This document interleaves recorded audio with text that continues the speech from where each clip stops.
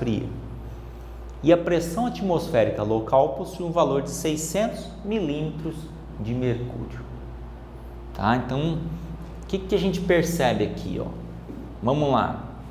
Volume. O que vocês acham? Se o volume no fundo é de 10 litros, quanto será aqui na superfície? Maior ou menor? Maior. Maior, porque vai diminuir a pressão. Tá? Então, volume varia. Então, não vou cortar o V lá da equação. Certo? Temperatura no fundo da água é de 16 graus. Na superfície é de 24. Então, variou a temperatura. Tá? Então, não é isotérmica. Certo?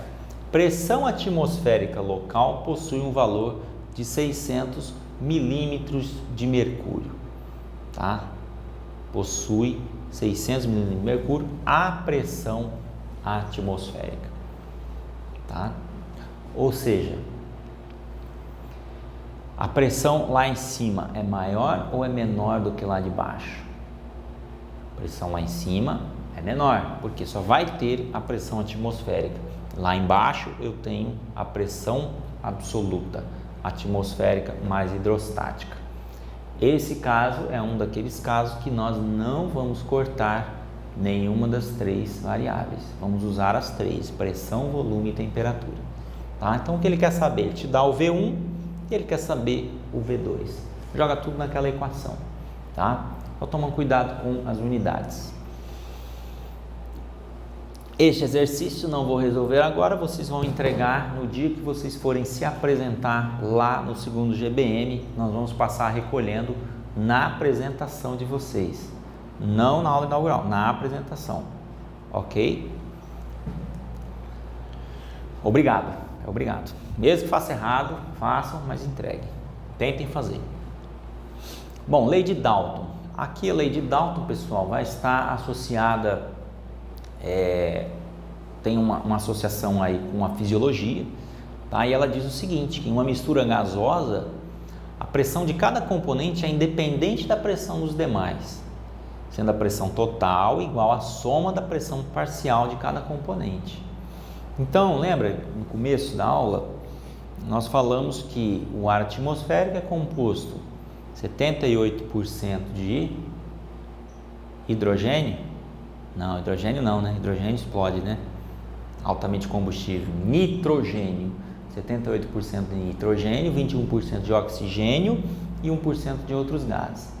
Tá? Então, a pressão total, ela equivale à pressão do nitrogênio, mais a pressão parcial do oxigênio, mais a pressão parcial de hélio, de argônio, de todos aqueles gases. Forma a nossa pressão total. Tá? Pressão total e cada uma dessas pressõezinhas as pressões parciais. Essa é a lei de Dalton. Tá? A próxima lei é a lei de Henry. A lei de Henry é aquela lei que vai explicar para a gente a fisiopatologia da doença descompressiva. Ela diz que a solubilidade de um gás dissolvido em um líquido é proporcional à pressão parcial desse gás sobre o líquido. E a solubilidade ela varia com a pressão e com a temperatura, né? Se eu coloco mais pressão, tá? Obviamente que essas moléculas de ar vão se solubilizar mais no líquido, e a temperatura também, né?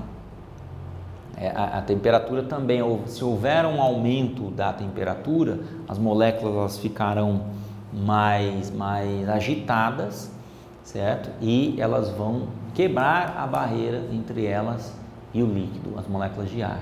Então, se eu aumento a temperatura, tá? E aqui são duas coisas diferentes, inversas. Se eu aumento a temperatura, diminuo a solubilidade. Só que se eu aumento a pressão, eu aumento a solubilidade, tá? O que isso quer dizer? Em águas mais frias, quando nós estivermos mergulhando em águas mais frias, mais geladas, vai ter mais gases na nossa corrente sanguínea.